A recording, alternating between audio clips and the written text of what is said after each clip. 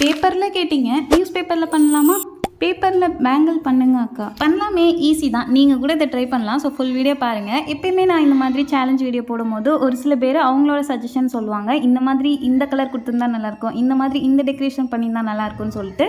So நீங்களும் இந்த full video பார்த்துட்டு உங்களுக்கு எதாவது தோணுச்சுனாலும் சொல்லுங்கள், நல்லா இருந்தாலும் சொல்லுங்கள். முக்கியமாக பேங்கிள் மாதிரி இருக்கான்னு சொல்லுங்கள். அப்புறம் நம்ம பண்ண டெக்கரேஷன் பற்றியும் சொல்லுங்கள். ஸோ ஃபஸ்ட்டு வந்துட்டு பார்த்தீங்கன்னா நியூஸ் பேப்பரை அப்படியே ரோல் பண்ணி ரோல் ஸ்டிக் மாதிரி எடுத்துக்கிட்டேன். அந்த ரோல் ஸ்டிக் அப்படியே கொஞ்சம் லைட்டாக ஃப்ளாட் ஆக்கிக்கிறேன். ப்ரெஸ் பண்ணி விட்டு அதுக்கப்புறம் இதை வந்துட்டு கரெக்டாக நம்மளோட பேங்கிள் சைஸ்க்கு ஏற்ற மாதிரி வலிச்சு விட்டு எண்டிங்கில் வந்துட்டு க்ளூ அப்ளை பண்ணி எக்ஸ்ட்ரா பீஸை கட் பண்ணி எடுத்துக்கிட்டேன்.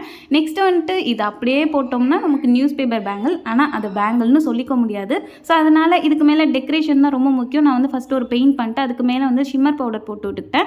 இதையும் கூட அப்படியே விடலாம், ஆனால் இன்னும் கொஞ்சம் டெக்கரேஷன் பண்ணால் தான் நல்லாயிருக்கும்னு தோணுச்சு. ஸோ அதனால் குந்தன் பீட்ஸ் இருக்குது தெரியுமா, அந்த பீட்ஸ் அங்கேங்க க்ளூ அப்ளை பண்ணி ஸ்டிக் பண்ணிக்கிட்டேன். ஸோ இப்போ எனக்கு பார்க்கும்போது ஒரு பேங்கிள் லுக் எனக்கு கிடச்சிச்சு.